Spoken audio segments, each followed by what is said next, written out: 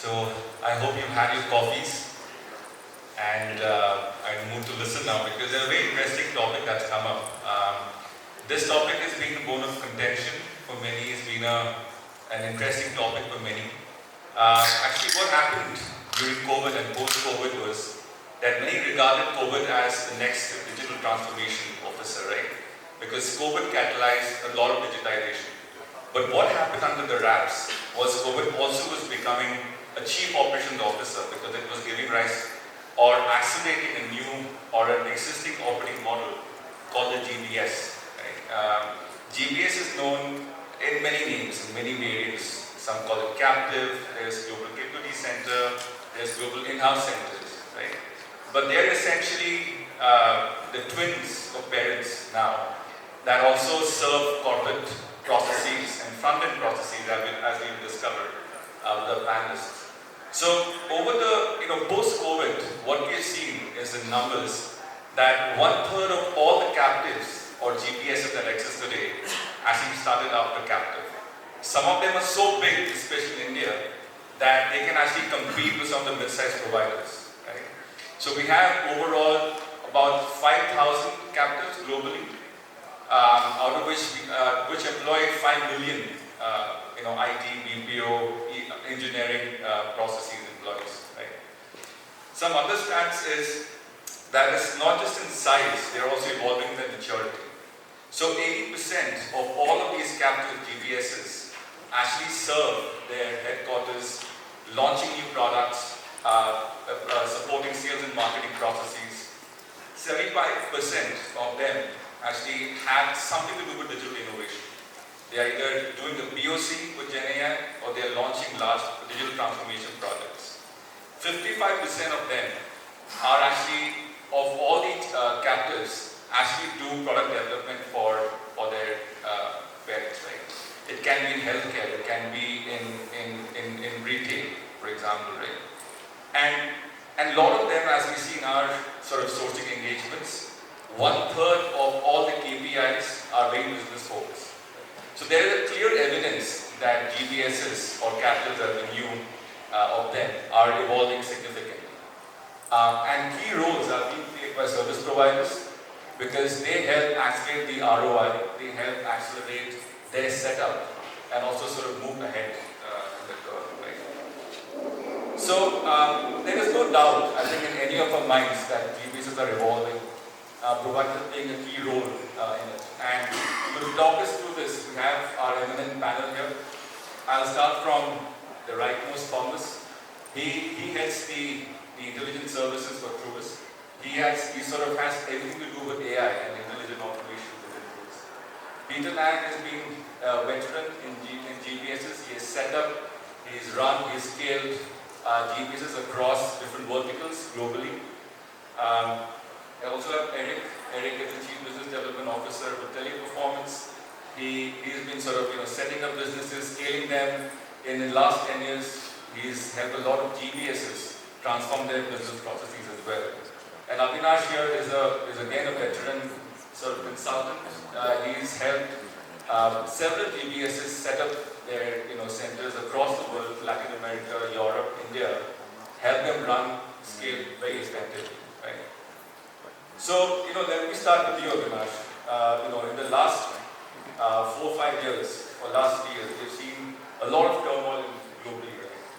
We have seen wars, we have seen new innovations come up, we have seen new business models still come to emerge. Right? And we've also seen that GBSs have actually very effectively helped their parents sort of compete effectively in the market, launch new products, survive, be resilient. What has been your experience, in your sourcing engagements and in advising several parents in how GBSs have been evolving over the last few years? I think there's been a significant evolution in terms of maturity. If you look at, say, 10 years back, it used to be predominantly back office processes, finance and accounting, which used to be the key sort of process that used to move over. Now, when you look at what happens, captives are becoming the center of innovation. They are driving innovation as much as I would say the parent is. And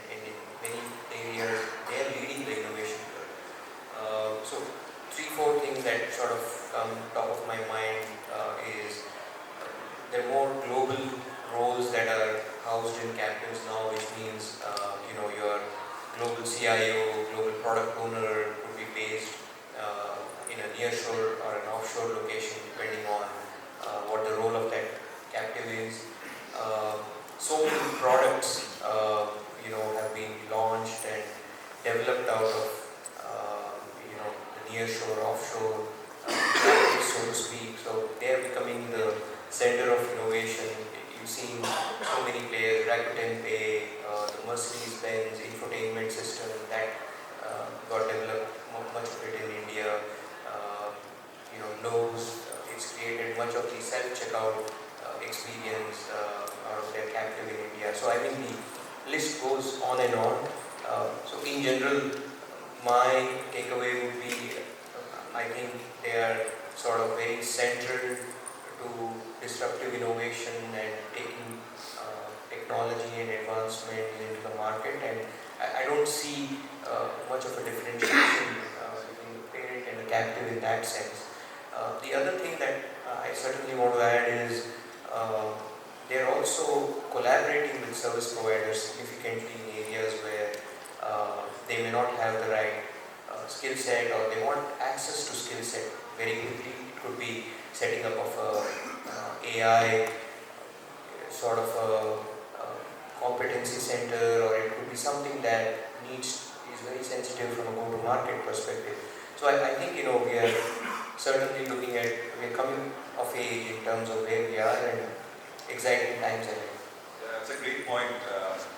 In fact, our research recently said that 20% of all the captives or databases are actually run or managed by providers, right?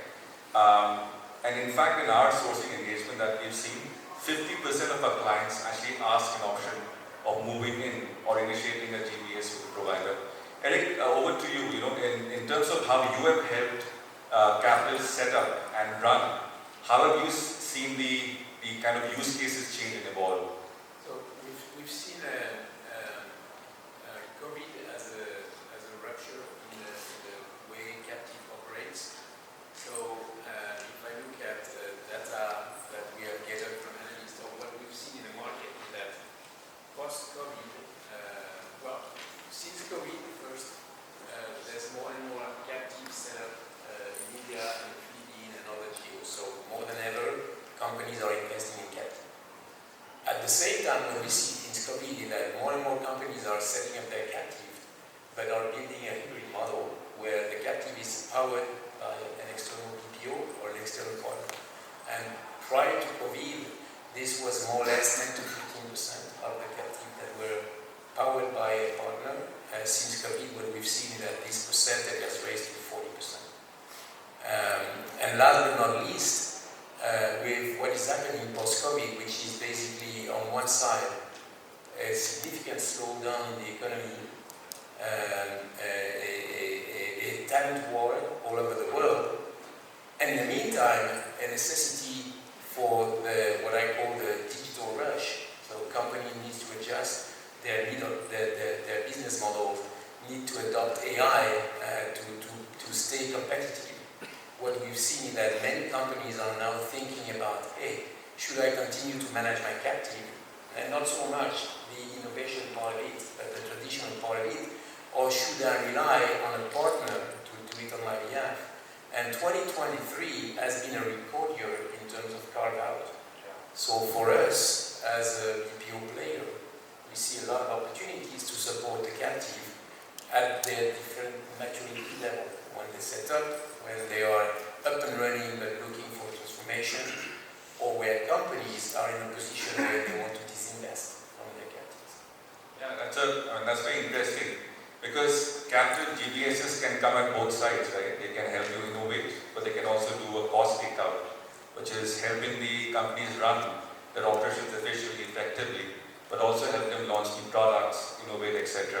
Peter, from your experience as a practitioner, over the last, focusing on just the last years post-COVID, how have you seen, when you sort of go organic, is when you sort of insource or source your own captive GBSs versus when you go and engage a partner? Yeah, thanks. So post-COVID, in fact in 2020,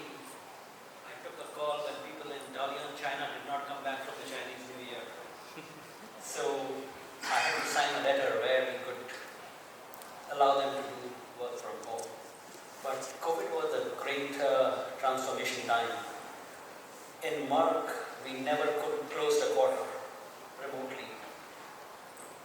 First quarter of 2020 and 12 quarters, 8 quarters after that, we have closed remotely successfully at a higher productivity rate.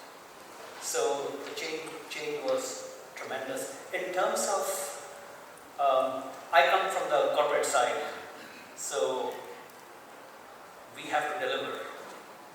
We are measured by how we deliver successfully. So all my experiences, whether it was in the Wall Street, wholesale bank, commercial insurance, consumer insurance, fintech, and now in pharma, have always been in the corporate side. From the corporate side, work will go where work is done best. It doesn't matter whether it is a third party or a captive. So and I've worked only in Fortune 100 companies, there's a way to logically right role, right location, right cost. We do it very objectively. So there is a process in which we assess the opportunity, doing it very objectively. That's how you earn the trust of the other business units. And that's how big firms decide what they do. And they always decide, ultimately they decide right. In terms of coming back to something which you asked,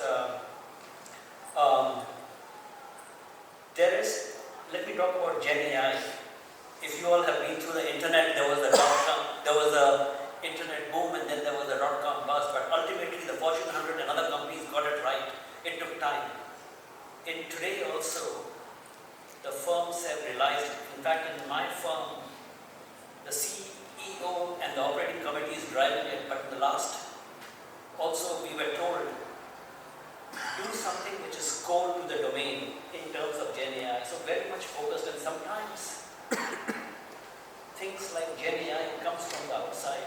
It will take some time for the firm to mature, and that's why we are working with Genpact on doing a very core Gen AI proof of concept through a third party.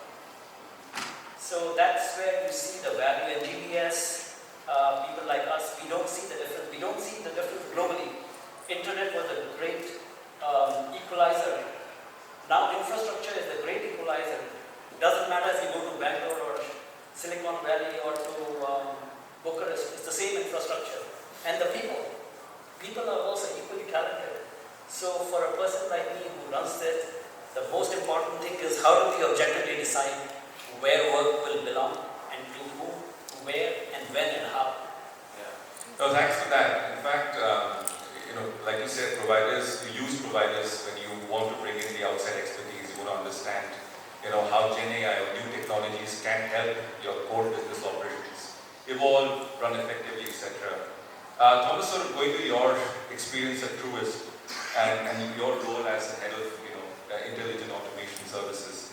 How have you seen, GPSs evolve with the advent of Gen AI, with the advent of, the erstwhile RPA becoming more intelligent? How do you see GPSs evolve now? Do you see them sort of change the use cases that they're delivering now? Yeah, it's a great question. It's evolved quite a bit over the past, of course, I would say 2 or 3 years.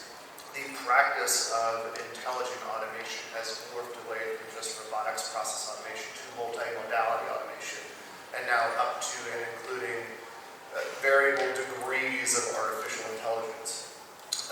So we've seen a big pickup in our strategic partnerships. So that's what we refer to them. I don't refer to them as captives, or I don't refer to them as third-party vended solutions or consultants. They are partners, right? They are delivering a solution on our behalf. And how we engage with them is a strict partnership engagement. Because there is, as you mentioned, right? Do you do it? Do you do the work, or do I do the work? Right? That's the huge difference. And I think it depends on the maturity of each individual organization and their individual practice. But I know that with our strategic partnerships with the solutions that are the companies that we choose to partner with, it is solid. It is rock solid, and we are in it together to deliver results on behalf of our organization. Got it. So, but there would be, key consideration that you have to think about, right? Data, for example, Yes. cannot be ported outside your client geography. That's exactly right. I mean, there's a set of criteria navigate internally on what modality of automation we should use. In addition to that, it's, are you performing the work within our environment? So this is where it comes to the various degrees of our strategic partnership. Is it you coming in and helping me within my own environment, within my four walls, or are you providing a solution that maybe I don't have yet? And if I don't have the solution, how do I assess the risk to use your solution? What does it use? What is your data leak prevention, your DLP protocols, right? Are you SOC 2 compliant, right? What are your risk and control mitigations? How do you ensure that my data is safe? Financial institutions, we are under scrutiny every day on our client data. It is one of the single most important thing we can do. So we assess a couple things. One, what is the data that we're transmitting? Two, how do I get the data to you? What are you doing with the data once it's there? How long is it stored? How do I get the data back? Right? All the data in motion protocols. So we'll look at complexity of the use case. What are we actually doing? Does Team Truist, the homegrown team, have the capacity to perform whatever automation or solution that we want to install, right? Or maybe it just makes more sense for our strategic partner to perform that particular solution, right? So capabilities, we really don't get hung up too much on capabilities. I think as intelligence solutions teams within financial institutions grow, you'll find that they have a lot of the capabilities and they have a lot of the skill sets. So then it comes down to that partnership of who has more capacity, who has the better speed to market, and how do we get them together. So that answers your question. Sure. That actually got me an interesting perspective in terms of measuring value of, it could be like you said, it could be an engagement, it could be any partner, it could be captive, it could be providers. Peter, from your side, and you were talking a lot about process efficiencies, you were talking a lot about delivering value. So how are they really sort of, measured? How are these services that GPSs are providing to the parent really measured? And is there an element of, let's say, revenue generated or new products launched, new markets access? Just want to get your perspective, both on the banking side of the world and pharma. Yeah. So I'll tell you what has happened today. GPS is not global business services, it's global business solutions, right? It's global business solutions, that's GPS. So every business unit within a firm like Merck, they have their own GPS, which is a sign that each business unit sees value in GPS. So unlike banking, where I was in fact one GPS for the entire bank, like JP Morgan or Bank of America or Lehman Brothers, but today the level of penetration, because the business see a value in GPS, whether it is by a service provider or by a captive or a hybrid, that's why they go towards GPS. And in terms of value, one of the most profitable business of my firm is now going to scale up the GBS. The first thing they said, cost is a given, quality is a given. We are looking for flexibility and we are looking for expanded opportunity. So GBS, the value will be, in terms of olden days, it was cost, quality and time to market. Now you've got flexibility and you've got expanded capability. That's where they see the value. And when the business units drive GBS, the core domain goes to GBS. It is not the back office work, it's the core domain. That's very interesting. You also sort of mentioned in your earlier point how leadership roles are emerging more from the GPSs, right? And a point of this topic itself, the competitive edge, and we've seen how captives or GBSs have gone from becoming cost centers to P&L destinations, right? Eric, in your experience so far, we sort of spoke a lot about KPIs, competitiveness, new products, new revenue sources. How do you show value to your clients through GPSs? Are the KPIs becoming more, not just about providing staff that are talented or access to talent, but also defined service, right? Beyond just managed services, are you also seeing clients getting more demanding in terms of we want you to launch new products, or why don't you come and co-invest with us and design this new solution for us? Have you seen more of that in yours? So it's a mix of many things. The first point I would say here is that as a BPO player, the only way for us to survive is to do things better than a company can do it themselves, to do it faster, as you mentioned that, time to market, speed to market, and to do it cheap. So we need to address those three topics to build our solution and to bring value add to our clients and to the captives. In terms of KPIs, we're moving from very effort-based KPIs or transactional-based pricing to more outcome-based pricing or outcome-based KPIs. And depending on what we do, whether it impacts the top line of our client, meaning sales, then we can go to output-based model or performance-based model.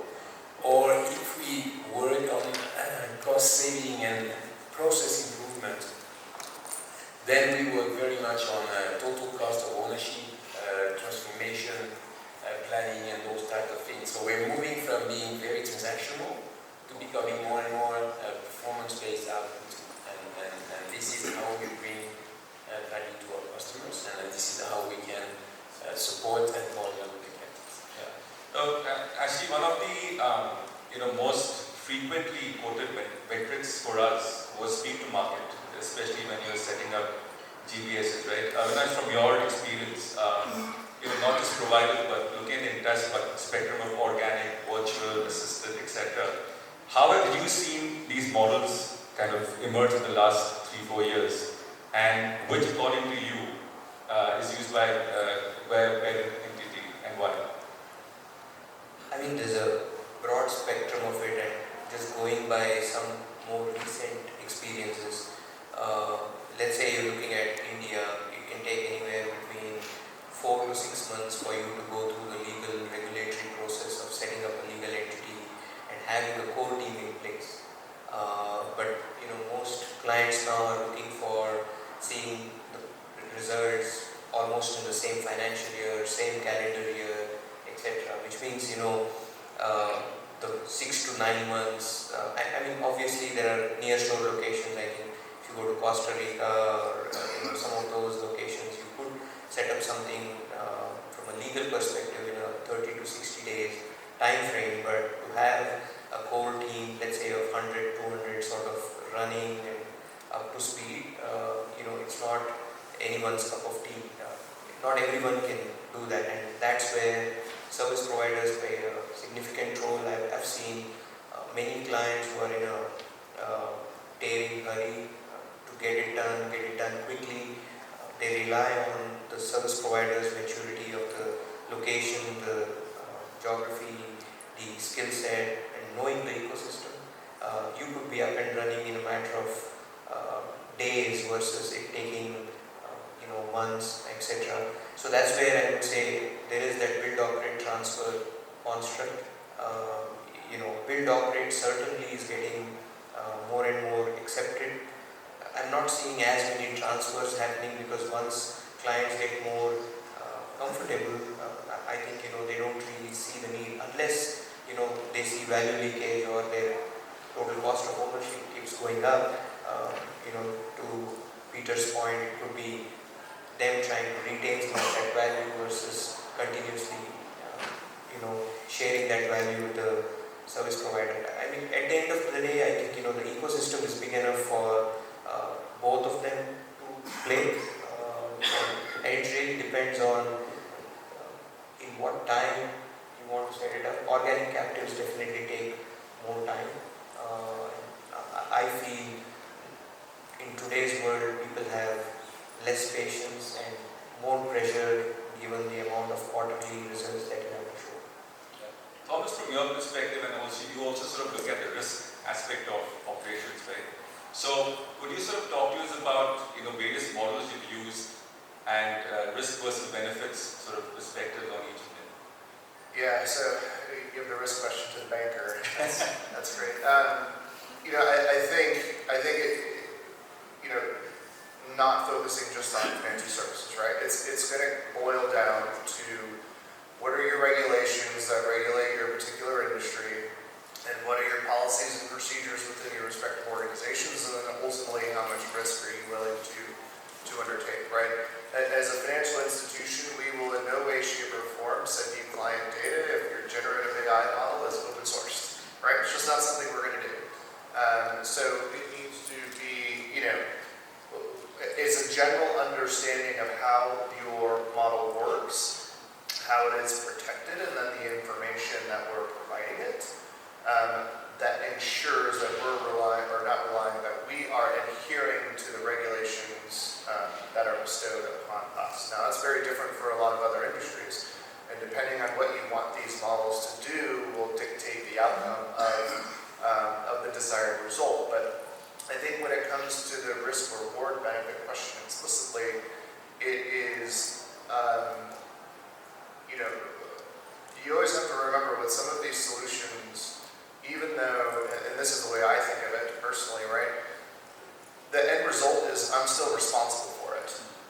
Whether it's my strategic partner that produces that result or it comes from my four walls, right? I am responsible for that. My client impact, whether positive or negative, is my responsibility. So I think it all comes down to, do you trust the work being done by your strategic partner with the solution that they're proposing for the end result that you desire, that really ensures that you're complying with all the rules and regulations of your respective industry, really determines your risk appetite for that particular solution. So the answer depends on variety of. It's a myriad of different variables, right, that go into that ultimate equation. But again, it's going to be industry specific, and just make sure that you understand the rules and regs that apply to your work. Got it. And Peter, that brings me to something that we were discussing, right? Art versus science. And why do you say that? If you can just sort of elaborate a bit on. I'll just tell you, it's a beautiful time to be in global business solutions. But I told you, they are all equalizers. But in terms of arts versus science, this skill they don't teach you in school. Managing global operation, GPS, they don't teach you in school. You only learn through your mistake and your experience. And when you have got the scars of failures, you understand the art side of it. In fact, right role, right location, right cost, right time is more of an art than science. So that's why you need seasoned people here. Mistakes are costly, but doing it right can give you compelling returns. You will reduce the revenue distance between the revenue and what you do. The lesser the distance, the more valuable you are. And GPS today is trending in that direction. I think that's a great answer. So, sort of just to kind of conclude, let's do some crystal ball gazing, right? The world is not becoming a safer place anytime soon. There is advent of several technologies, some of them, are buzzwords, some of them we don't understand. So there's enough complexity, and what we've seen through our research is there's going to be a closer partnership between GBSs and parent entities, right? Some are calling it the operational twin of the corporate headquarters. So, I'll start from you, Avinash, from your experience of talking to several clients. What have you seen? What kind of models do you see? What kind of relative edge do you see Captive providing? You've also seen semiconductors, for example, being set up. How do you see them evolve? I think a lot of core work is going into the Captives. It means product development, products are getting launched out of there. So they're at the core of what's happening out there. They're no longer the back office. I see a lot of innovation coming out of all these investments that companies are making, and I think we're going to see some exciting times as we go forward. Eric? I agree. We see exciting times ahead of us. As a strategic partner to a large company, I think that our role, we need to stay ahead in terms of early adoption of new technologies, so we can feed the captive with pilots, with proofs of concept that will drive more business to us and drive efficiency for the captive and for the parents. Yeah, GPS whether it is in Colombia, Costa Rica, Dalian, Prague, it will be the extended organization of the parent unit. There will be no separate, whether it is with a third party or whether it's your own, it is the extended organization. Almost I think you referred to it as operational twin. Yes. Is that it? I can see a place where we are agnostic to who we provide a use case to, and it is based on what's your pipeline, what's in your backlog, on whether we do it or our operational twin performance the task at hand. So Great. So I think thanks, Thomas. So I think we all conclude that GBSs are here to stay, and they provide immense strategic value, and they continue to do so over the next, let's say, 5, 7, 10 years. Right? How they evolve, what models they take. I think that's an interesting sort of question we still, sort of have to witness. To Peter's point, it will still remain science as they mature, and some will become art. Right? But thank you so much, Alice. I think it was great talking to you. Thank you so much, and I hope Thank you. folks enjoyed and thanks for participating.